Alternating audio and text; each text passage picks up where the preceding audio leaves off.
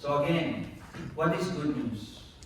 It's about the message of Jesus Christ. Andito na.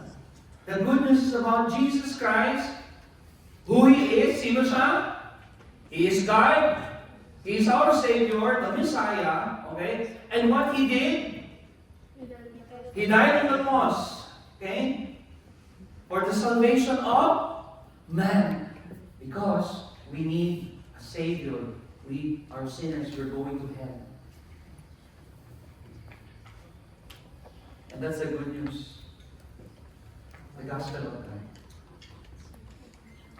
So if somebody will tell you, what do you mean by gospel? What do you mean by good news? Baka i-share mo, it's about religion. No. It's about good works. No. So what is gospel to you, Counterflow? It's about Jesus. Okay? His message. Okay? His message is what? He came here to save us from eternal punishment because of our sins. And everyone needs Savior.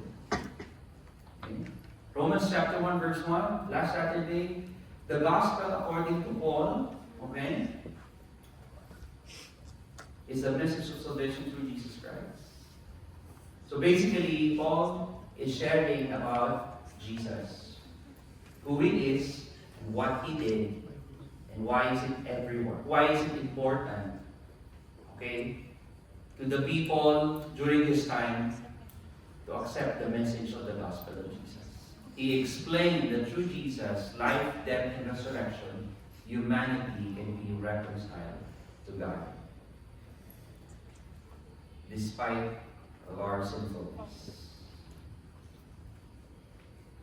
Now today, let's talk about Christ, Lordship, and salvation.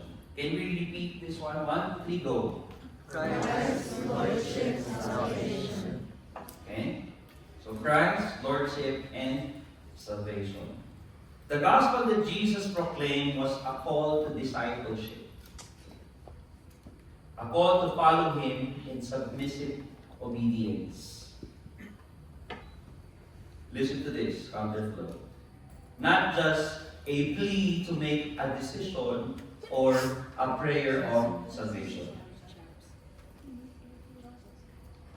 Again, I will repeat this. The gospel that Jesus proclaimed, also the disciples and the apostles, was a call to discipleship. Can you tell the person next to you, discipleship? Discipleship.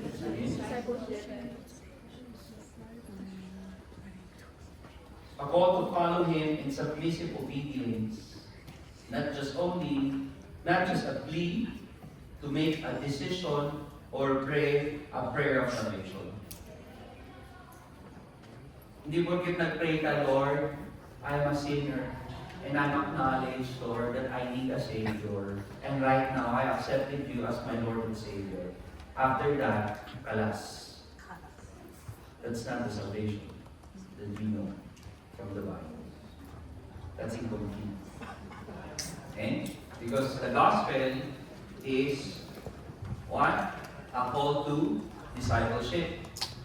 In Romans chapter 1, verse 17, it says, For in it the righteousness of God is revealed from faith to faith, as it is written, the just shall live by faith. Okay? Ano yung it na yun? For in it, yung gospel, yung message, the righteousness of God is revealed from faith to faith, and the just shall live by faith. Hindi sapat. Okay? It's incomplete. Just to know and then say a prayer that I accept Jesus. No. It is a decision that you need to accept that I need Christ, His Lordship, and I need to follow Him today forward. You understand that? It's a commitment. It's a discipleship. A call to discipleship. Okay? Following Jesus in our lives every day. In our decision, day by day. That's why the just shall live by faith. Why Paul said the just shall live by faith? We are sinners. We need a Savior. We need Jesus. And who can change us? God. And how do we do that? By reading the Bible, by talking, praying to God, applying what we read and studying the Bible. We need to stick around with your accountability groups because God wants you to grow in a community, in an organism, sabi nga like this. When you say organism, sa may science, what do you mean by organism? Living. It's a living. Ibig sabihin buhay. Hindi patay. So you need somebody. You need accountability. That's why you need a group of people. Not just a kind of people, but specific people. A believer, a follower of Jesus Christ. Okay? Who's studying the Word of God. Who's praying to God, to Jesus. Not to other idols or not to other leaders that, other group or other religions are proclaiming. Okay? Listen to this. Look at the screen. Counterflow. To accept the Lordship of Jesus is to submit to His authority. When you say submit, what do you mean? Follow. Ha? Submit. Parang ano yan? Term yan sa may military. Okay? Remember, I don't know if you hear this, obey first before you complain. Okay, before ka mag-complain, no? Are you willing to obey Christ? Lord, baka mahirap. Lord, it's really hard to be a follower of Jesus, to be a follower of your kingdom. Sabi ni Lord, submit ka muna to His authority. Following His teachings and aligning your life to His will. Eh? Hello? Hi. So this is Christ, Lordship, and salvation. Before we produce spark that will ignite discipleship and multiply God's kingdom, we should know this. Am I right? Or mali ako? Am I right, Counterflow? We need this, right? To accept the Lordship of Jesus, we need to submit to His authority. Therefore, every day, you submit your life to Jesus. You align your schedules, everything, your thoughts, words that you're going to utter, words that you're going to share or to say, things that you will do, align it to the will of God. Is it pleasing to God? Yung iniisip ko, what I'm thinking right now, does it please God? Words that I'm going to say to my brothers and my sisters, does it please the Lord? The things that I do, that I will do, to my parents, to my siblings, to my family, relatives, everyone that I know, in my sphere of influence, does it please the Lord? That's how we move. That's how we evaluate if we are submitting our life to the authority of Jesus. And if we are following His teachings and aligning to the Holy Spirit. Discipleship in the gospel sense is not just about a one-time decision. Hindi yung membership sa Counterflow. No. Baka akala nyo, I'm a member of Counterflow, I'm a disciple now. That's not the way of the Bible when it comes to discipleship. Discipleship is about ongoing transformation. Can you say it with me, transformation? Huh? From the word metamorphosis or metamorphia. From a cocoon, tama ba? Wait, ano muna? Ano yung crawl? Caterpillar? Spider daw. Caterpillar, ba? Yeah. So yung caterpillar, ano gagawin niya? Oh, syempre, nakain ng kain. Of course, pati sa kumain, Andre, mamamatay yun, di ba? Pero the next stage, cocoon, di ba? And may ilang days na mag-stay doon. Okay? So, review your science, no? I don't know, pero ilang days or ilang weeks, no? Mag-stay siya doon. And after that, okay? May process, yung process na, syempre, masakit, mag-change sa doon eh.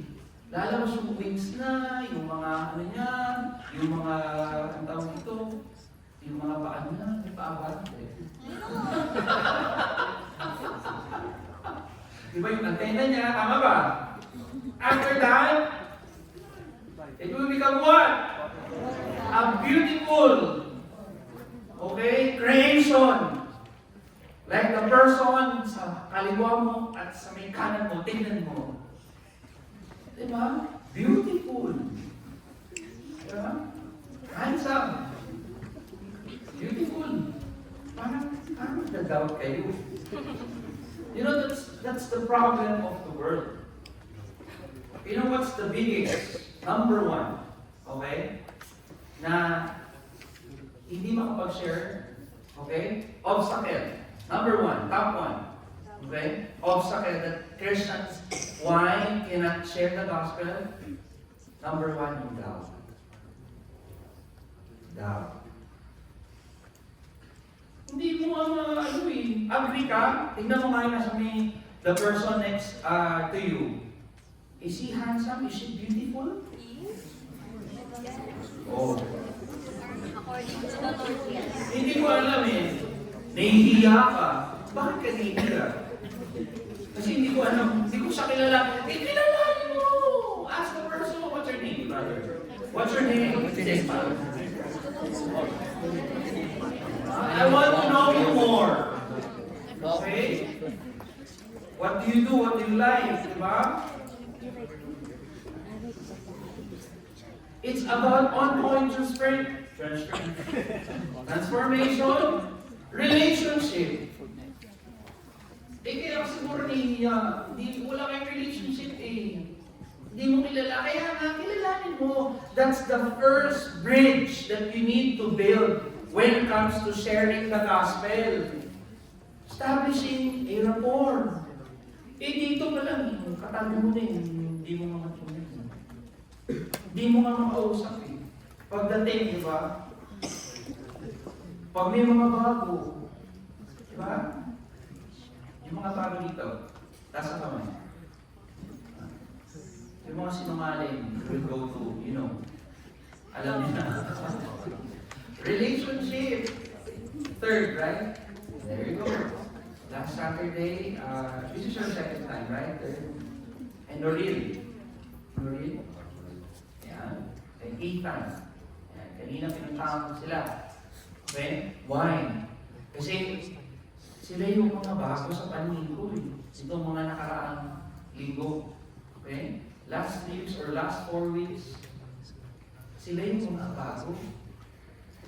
Sino nakakilala kay third, kay Noril at saka Ethan? Yun. Praise God. Yung iba na boys, hindi nyo siya kilala? Hindi nyo sila kilala? Kilalanin nyo mamaya ha? Okay mo yun? Okay? Boys. Okay? Hindi si Ethan na yan. Si Ethan na ito. Oo. May bago pang Ethan. Marami sila. Okay? Can we do that boys later? Okay.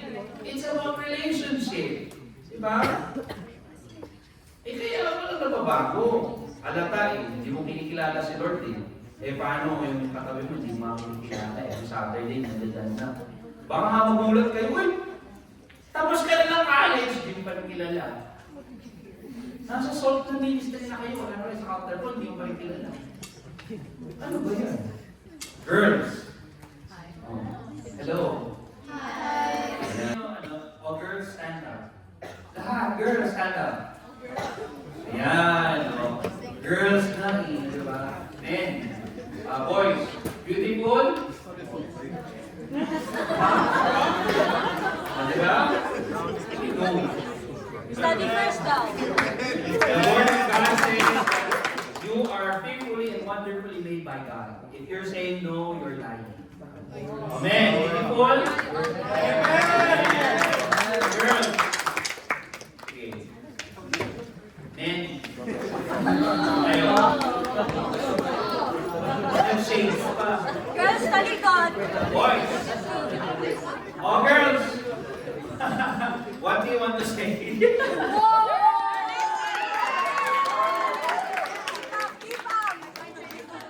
Keep up. See? It's nice not to know each other. Because we're family. The Bible says that, fellowship. Diba? In Acts, if you read in the book of Acts, they spend their time in studying the Word of God. Try to read the book of Acts. How the church grew, how the church lived, and live with one another, how they are committed to share the gospel, how to take care of one another, how they edify and encourage one another, to the point that they sell their own possessions just to help the members of the church that needs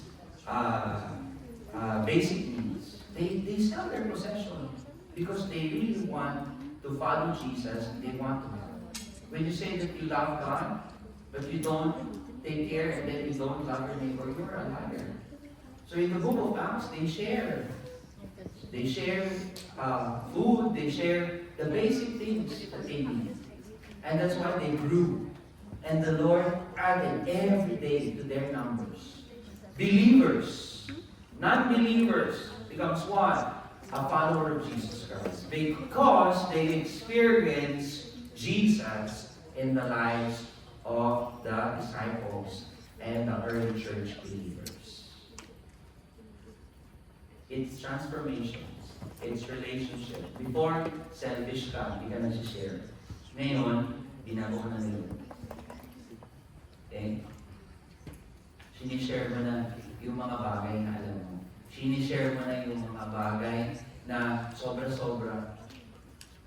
Hindi ko naman kailangan to, kailangan ng iba to. Ang dami mong shoes, maraming mga counter ko. Sino walang shoes dito?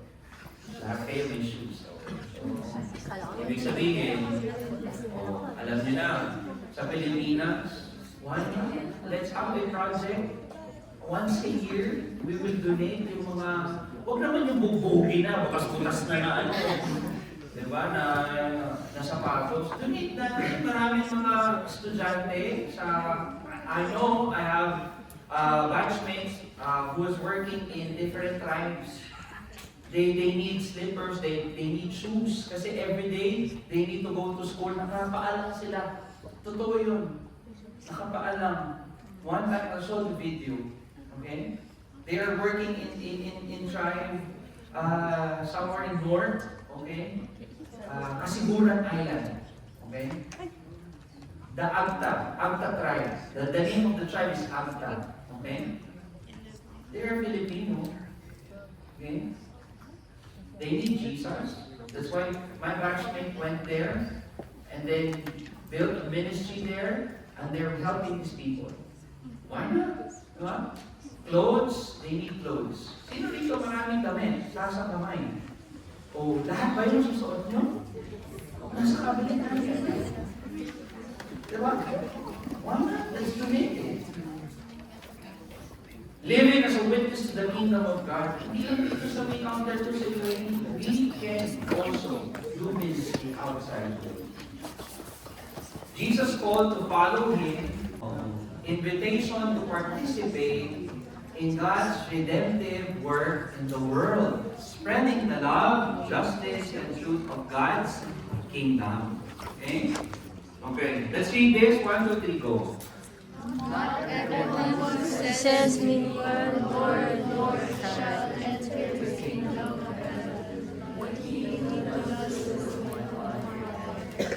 Okay?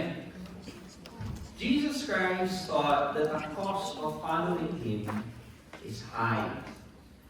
That the way is narrow and few find it.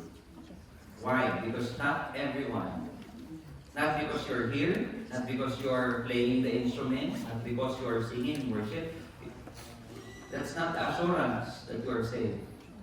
Okay? He who does the will of my Father. It says there, he who does the will of my Father in heaven. One shall enter the kingdom of heaven. Hindi sapat. It's not enough to say that, I know Christ. I accepted the Lord Jesus Christ. But how about your life?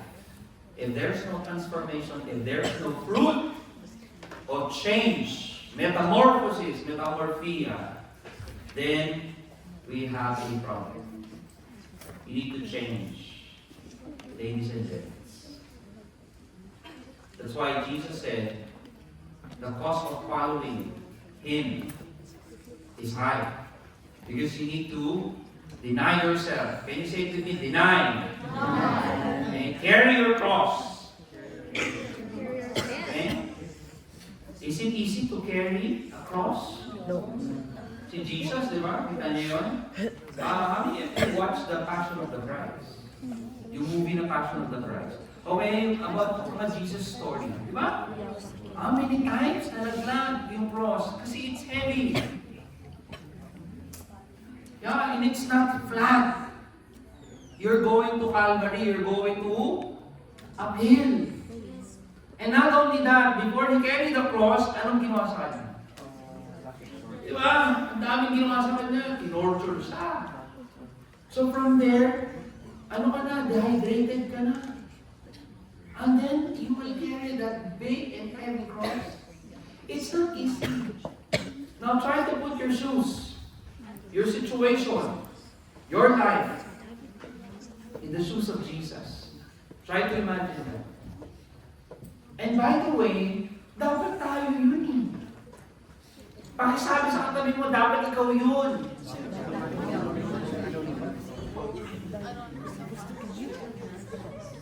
Ikaw dapat yung natudoon.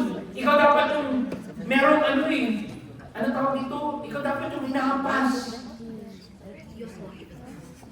Ikaw dapat yung nilagyan ng crown of thorns. Ikaw yung dapat. But, Jesus gave His life. Now it's our turn. Susundan mo na. But I'm telling you, being a follower of Jesus Christ is impossible. Being a Christ follower is impossible without Jesus in your life. Kung wala si Jesus sa computer mo, kung wala si Jesus sa phone mo, kung wala si Jesus sa kwarto mo, kung wala si Jesus sa studies mo, kung wala si Jesus dun sa mga places na pinupuntahan mo, it's impossible.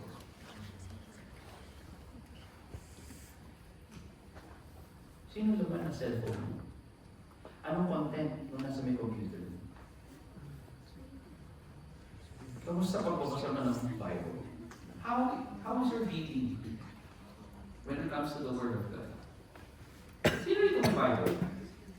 How many of you have your physical Bible, not the electronic? How many times we encourage you to bring your Bible every Saturday? Every week.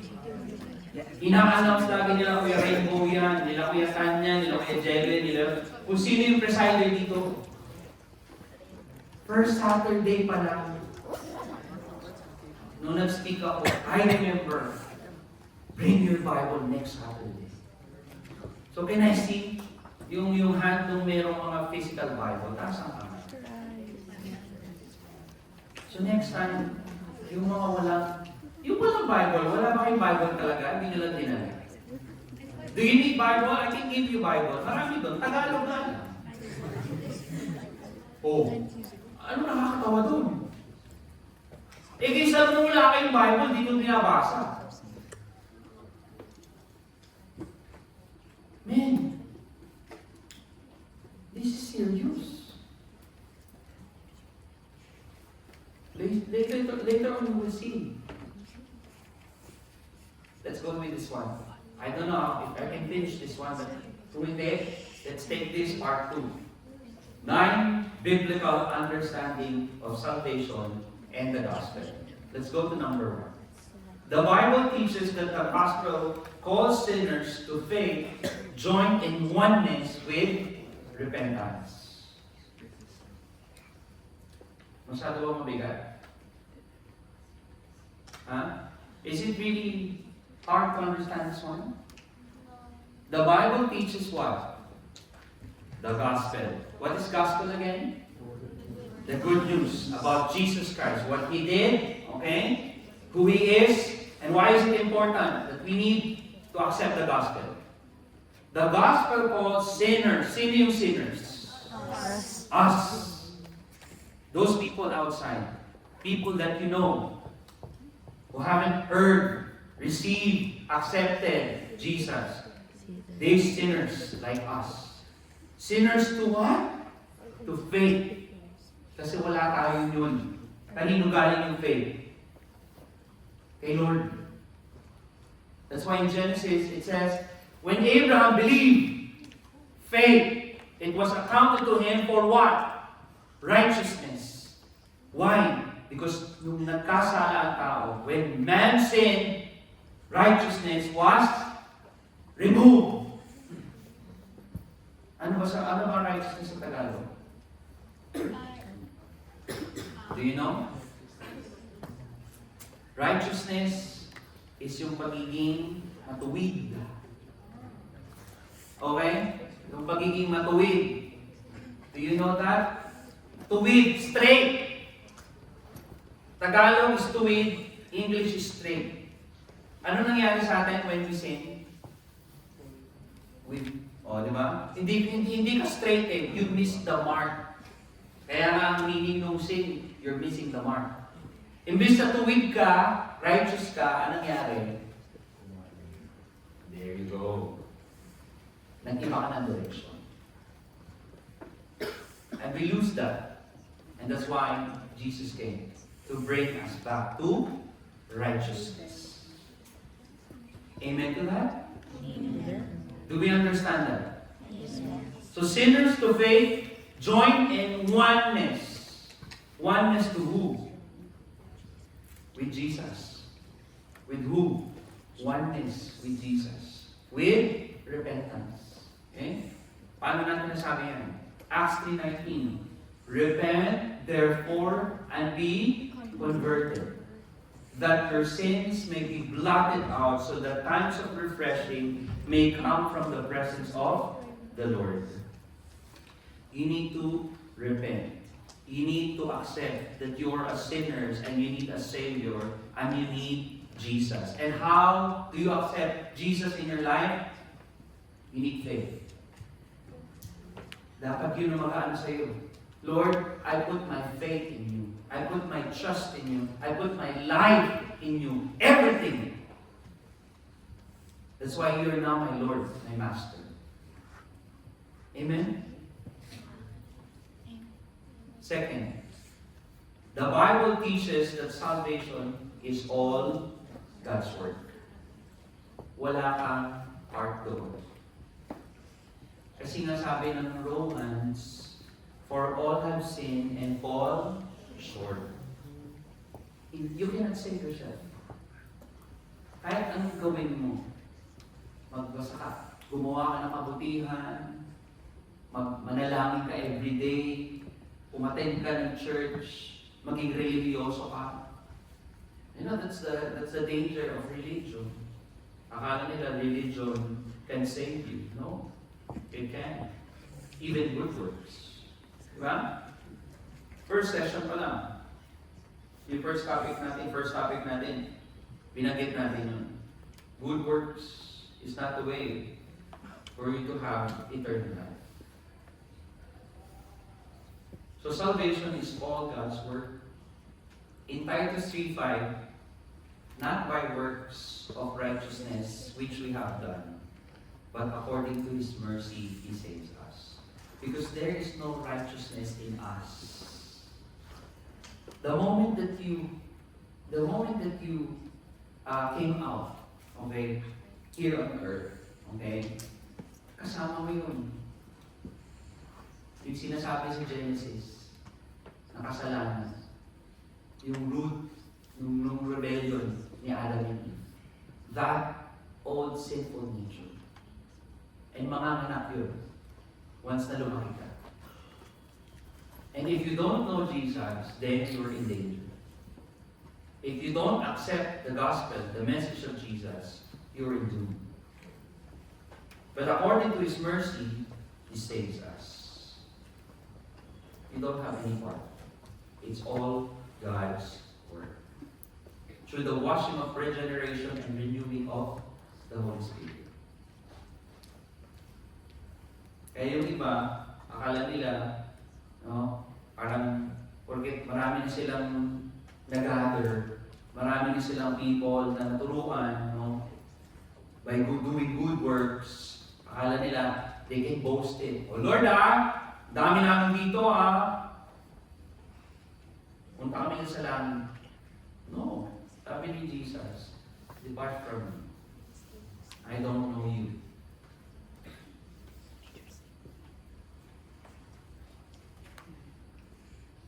So do we acknowledge that the Bible, the Word of God, teaches that salvation is all God's work? Walang part ang tao dyan. Kasi in the first place, ayaw nga natin si Lord. Look at Isaiah. Diba? He acknowledged that he is a man of unclean lips. Lips pa lang yun. Wala pa yung iniisip niya. Wala pa yung ginagawa niya.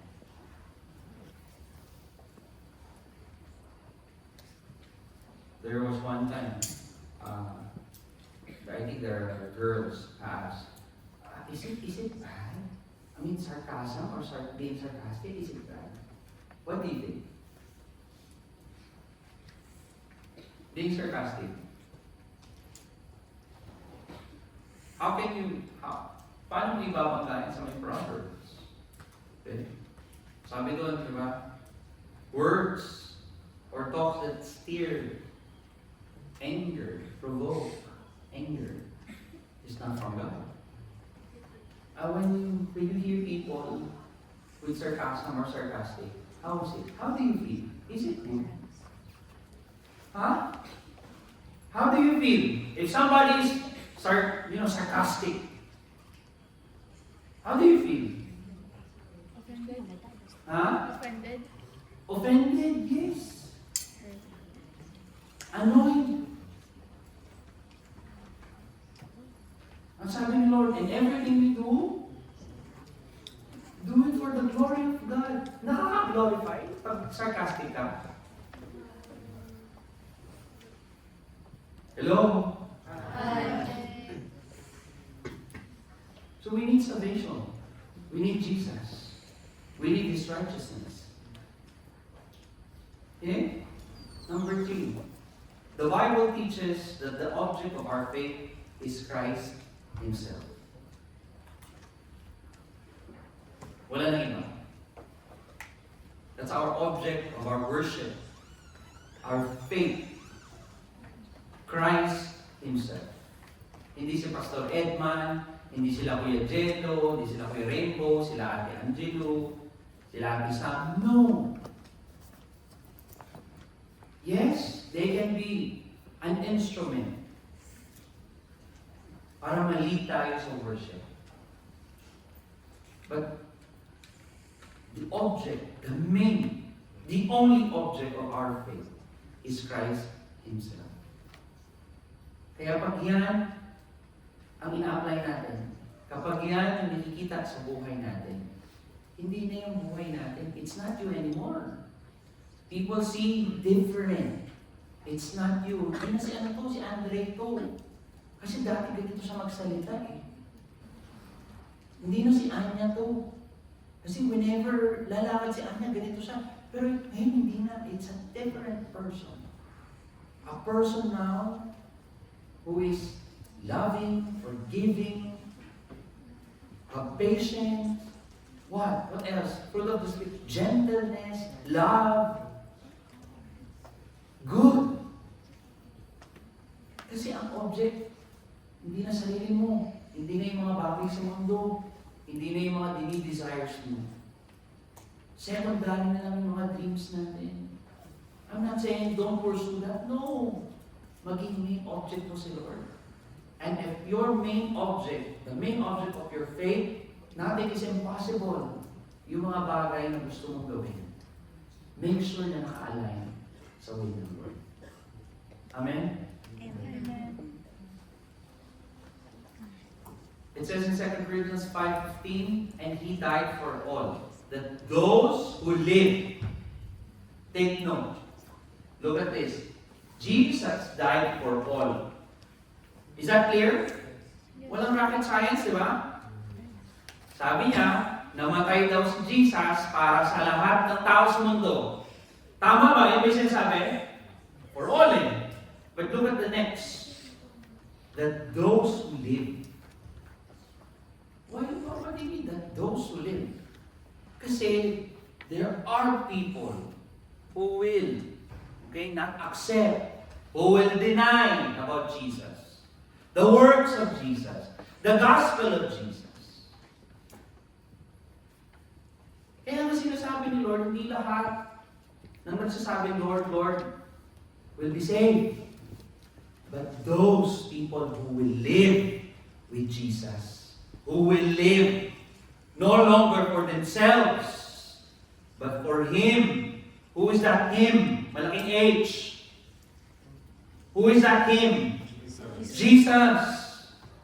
Who died for them and rose again. The Bible said that Jesus died and after 3 days He rose again. That's Jesus. Meron pa bang iba kayong kilala na namatay and then after 3 days, 4 days, or 5 days nabuhay? Wala. At umakyat sa langit hindi yung meron ako nga nakilala, napanood.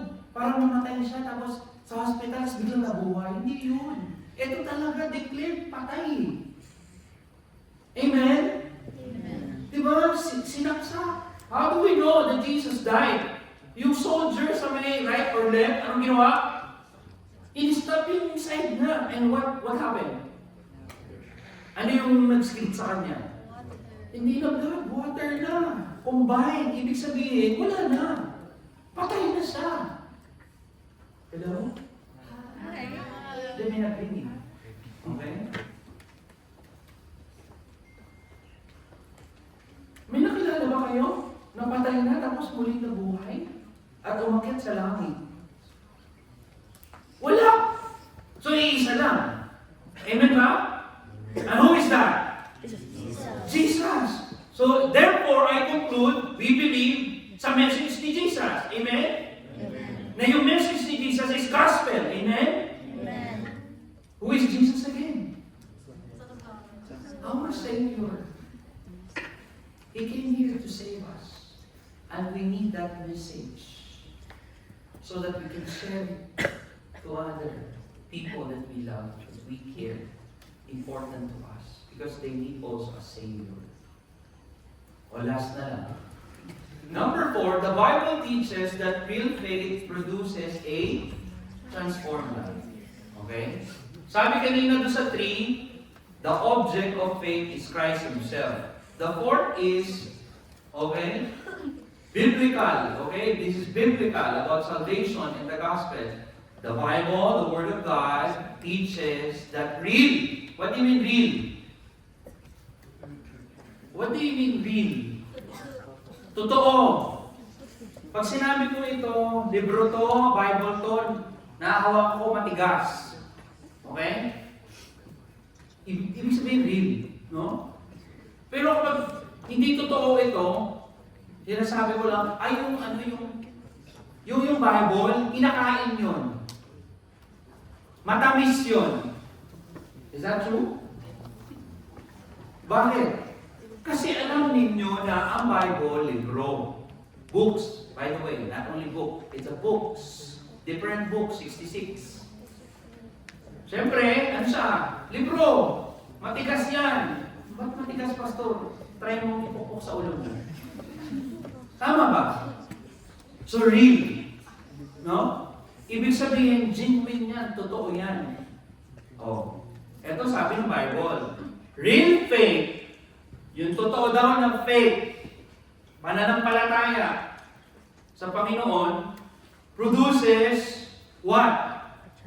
Transformed life. Anong sinabi? Transformed life.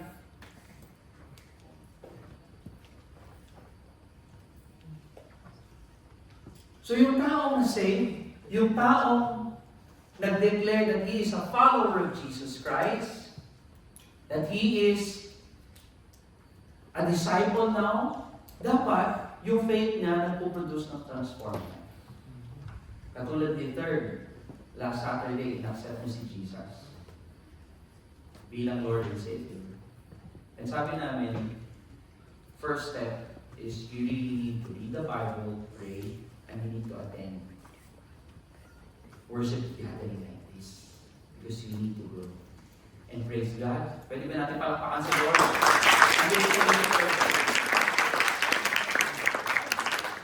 So it's a step by step. It's a process. Kung dati, lagi kang nagsasabi ng bad words, nag-curse ka, but when you receive the Lord Jesus Christ, and when you have real faith, ayaw mo na yun. Kung dati, nanonood ka ng pornography, nung binago ka na ni Lord, ayaw mo na ng pornography. Because we learn it from guardians. Your eyes, kanina lang yan. Para sa Lord lang yan. 10 minutes, yes, thank you, Kuya. Yung eyes natin, God created that for His glory. Huwag mong gamitin kung saan-saan. Huwag kang manilip. Huwag mong gamitin sa anong sagot na. Amen? 2 Corinthians 5:17, therefore, if anyone is in Christ, kung sino daw, yung tumanggap, anyone who accepted Jesus, like third, no, yung ginawa ni third last Saturday, accepted the Lord Jesus and committed, okay, their life to follow Jesus and obey His commandments. He is what? A new creation. The old things have passed away, and behold, all things have become new. Now I want you to go group against small group. How many minutes pa? Kuya? 5 minutes? 9 minutes. Okay, go to your group now. Go. 3, ano lang ha? And then, after ninyo, let's gather and let's close in prayer. Then we're gonna pray for Dustin. Because Dustin is going to Philippines. Meron sa tournament. So, re-represent niya, hindi lang yung kanyang family. Outer glory, re-represent. Sino pong? Okay? Dustin, so later ha, after yung discussion, we'll pray for Dustin and we'll close in prayer. So go now. Okay? Now, ano yung i-discuss ninyo? Tanungin nyo lang, ano yung mga bagay na, what are the things that you understand and that it's really hard for you to understand in our session today. Okay? So, i-review yan ng mga leaders ninyo. Just to try to ask yung mga members, wala tayong discussion question kasi next week pa yun. But try to ask, itong 4 na biblical, okay, understanding of salvation. 4 to, di ba? 1, ito, tapos 2, 3, ano yung bagay dyan that it's really hard for you to grasp or understand? Share mo lang.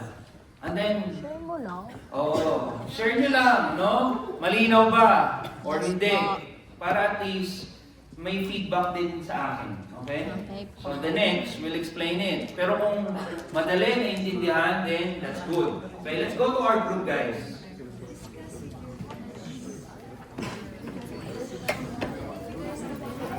Okay, do you understand yung 4 biblical understanding about salvation?